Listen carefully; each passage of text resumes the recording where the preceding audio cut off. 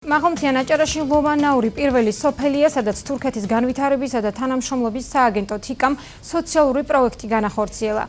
შედეგად 50 ოჯახს სასმელი წყალი მიეწოდება. წყლის პრობლემა მოიხსნა სკოლას, მეჩეთს და სამედიცინო პუნქტსაც. შესრულებული სამუშაოები აჭარის უმაღლესი საბჭოს ჯანმრთელობის დაცვისა და სოციალურ საკითხთა კომისიის თავმჯდომარემ საქართველოში თურქეთის კონსულთან და სააგენტო თიკას პრეზიდენტთან ერთად დაათვალიერეს. თურქ ბიზნესმენს ჯემალ ფუტკარაძე მუნიციპალიტეტის სხვა პრობლემებიც გააცნო, რომლის მოგვარებასაც სერდარ ჩამი ეტაპობრივად დაპირდა. თიკას წარმომადგენლობა საქართველოში უკვე 20 წელია მუშაობს.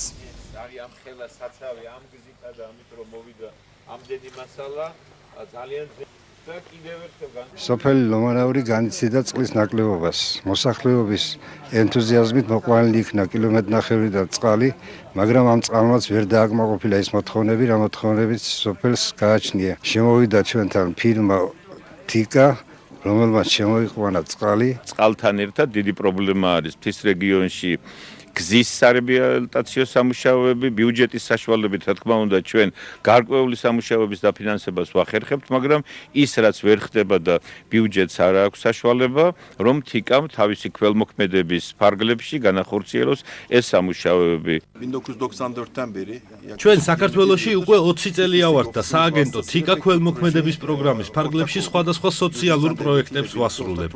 მაღალმთიანეთში წყლის მოყვანის პროექტი წარმატებით დასრულდა და მსგავს პროექტებს ეტაპობრივად კიდევ გავაგრძელებთ. ადგილობრივებმა სოფელში გზის პრობლემაც დაგვისახელეს, რომელსაც სამომავლოდ მოვაგვარებთ.